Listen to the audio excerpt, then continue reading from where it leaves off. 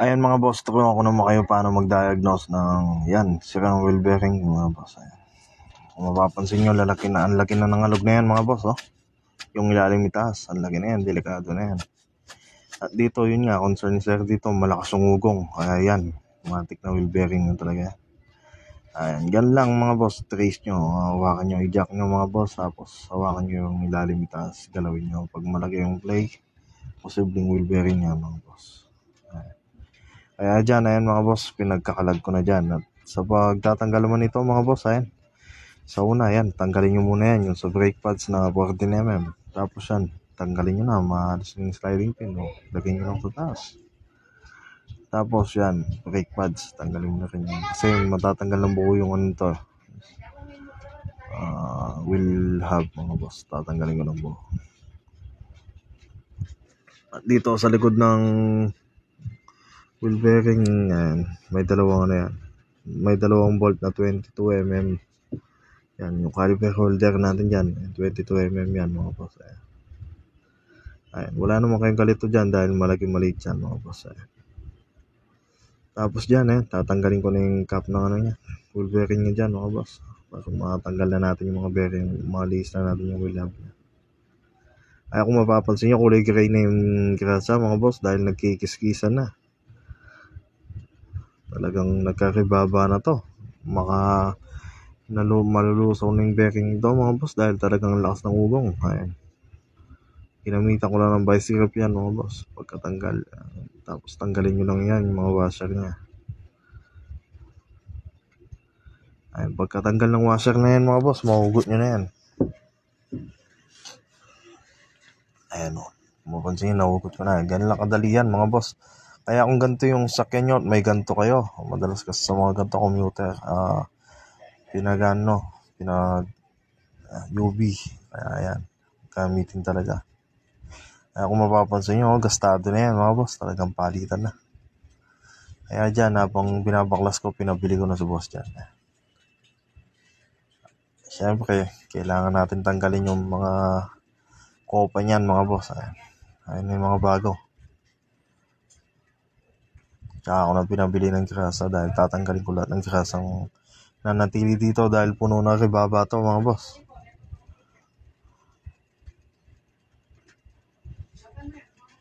Ayan, kung gusto nyo i-DIY, kung may ganito kayo mga boss, ito, panoorin nyo lang at ulit-ulitin nyo mga boss. Ganyan lang naman yung proseso nito mga boss, di naman ganun kahirapan to.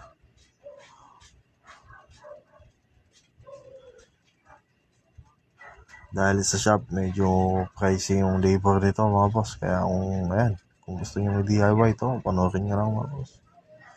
Ayan, tinanggal ko lang yung excess na grasa yan. Kasi yun nga, puno na ribaba yan. Ayan, kung makikita nyo yun, yung kopang yun mga boss. Ayan, yun yung sisilsilin natin, tatanggalin natin yan. Ayan, gamit ng panilsil na yan. Pupukin nyo lang yan mga boss. Dahil may ano naman yan. May gatla. Kumbaga may timing yung pagpukpukin dyan mga boss. Pagpupukpukin pala. Ayan. Papansin nyo, tanggal na. Dalawa yan mga boss. Malagit mo na yan. Ako lang rin.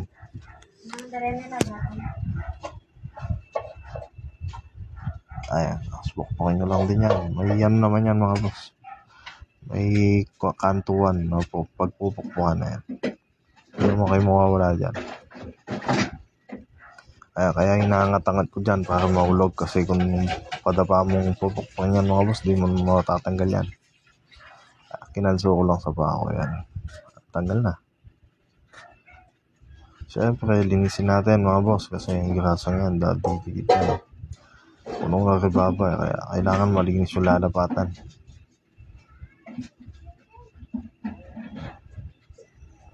May madumi lang talaga yung trabaho to mga boss kasi yan po.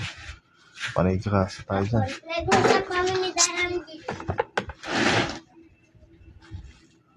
Ay, tunanin junior atay na.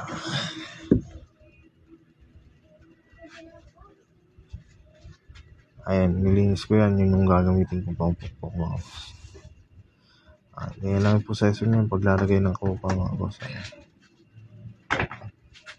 Kaya pinalitan ko kasi may Gastado na yung ano niya mga boss, yung dating kopa yan. Ayun, gamit ng dating yung kopa yan. Ganyan lang, pinasok ko lang. Siyempre, huwag nyo kakalimutan yan. Tanggalin yan dahil di papasok ang bearing dyan mga boss.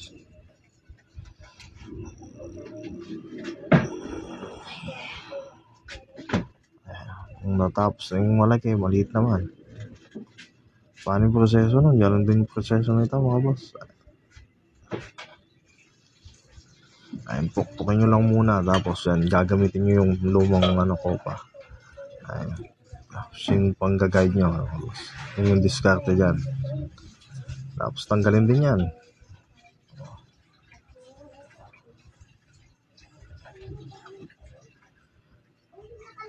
Diyan naman yung proseso ng pag-repack mga boss. Lalagyan natin ng grasa yung paikot ng willab. Peanut butter. Yan. Punuin natin yung paligid. Huwag yung gitna mga boss kasi papasukan na yun. Huwag na yan. Hindi na kailangan. Gilid lang. Yan yung gilid. Yung magsisilbing niya mga boss. Para ma-maintain yung yung grease niya. Ayan, dito mga boss, proseso naman tayo ng paglalagay ng grasa sa bearing mga boss. Madali lang naman to mga boss. Kung mapapansin nyo, ganyan dapat mga boss. Ayan, papasukan nyo lang yan. Balikan nyo lang yung dati kong video kung paano mga boss. Paano maglagay nito. Yan lang yung proseso hanggang sa mapuno. Hanggang sa yan, lumabas doon mga boss. Pag lumabas na sa taas, pwede na yan.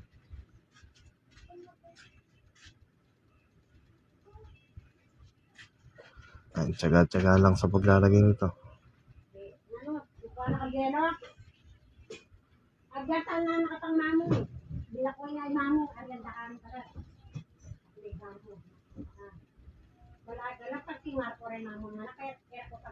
Ayan ganyan yung proseso.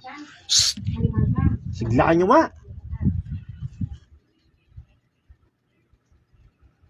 Ayan, tapos pwede nang ilagay yan.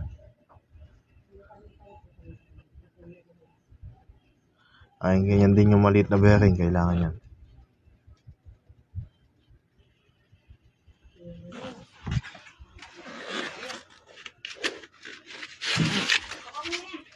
Ay, siglaan nyo.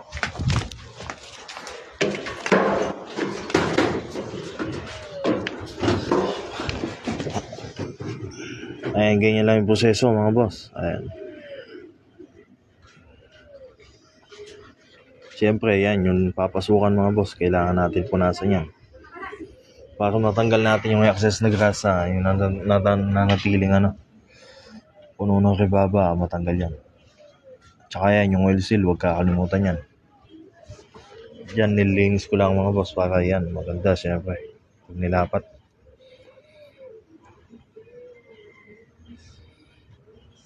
Punasan, siyempre, bago natin isalpak. Sa pagsasalpak niyan mga boss, ayan, 2 kamay, tapos i-push nyo lang, yun na yun. Hindi naman kahirapan yan, madali lang naman to.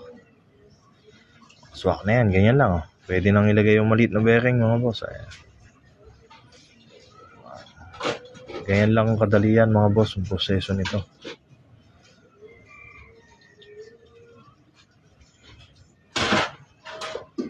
At syempre, yung mga boss, spacer, huwag kakalimutan.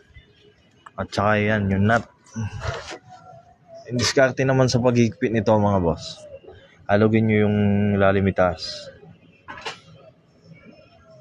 Kailangan hindi maigpit yung ikot. Hindi naman sobrang luwag.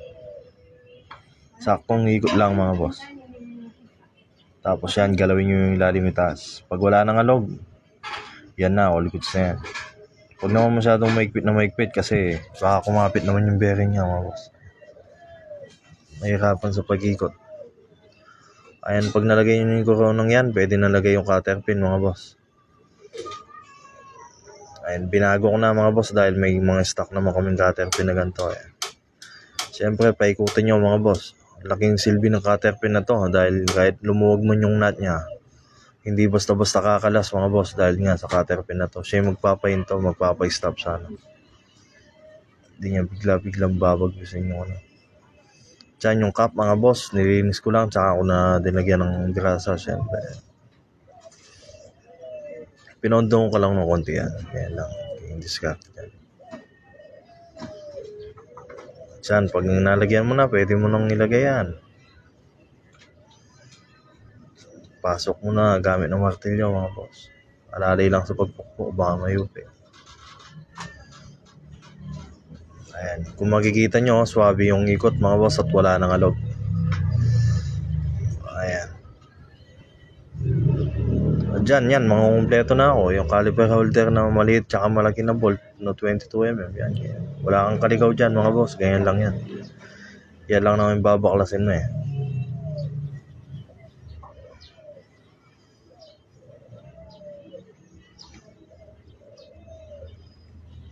At make sure natin na maigpit to mga boss dahil makakalaksing to pag maluwag, kakalansing yan.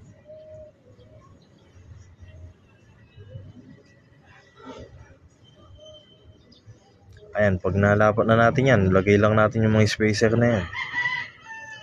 Importante din to mga boss kasi pag wala to, kakalansing yung mga pads natin.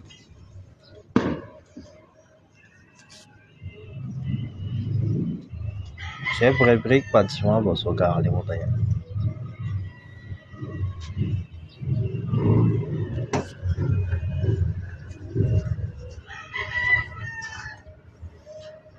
At syempre naman, huwag din kakalimutan yung grasa ng sliding pin mga boss. Padaanan nyo na. Yan yung last 14mm. Ayan, ganyan lang kasimple mga boss. Ulitin nyo lang to mga boss kung may ganito kayo sasakyan. Kaya nyo naman mga boss, panoorin nyo lang to. Kaya nyo naman, makakatipid na kayo, natuto pa kayo. Ayan. Diyan mga boss, syempre kukumpletuin ko na pati gulong. At syempre mamanual din natin na alawin yan mga boss. Ayan, kung mapapansin nyo, wala nang alog mga boss at swabe na ikot. Pinag-road test ko na rin to mga boss, wala na talaga yung nalakaran niya mga boss. Yun lang mga boss, sana po may natutunan kayo. Salamat. Ingat po kayo.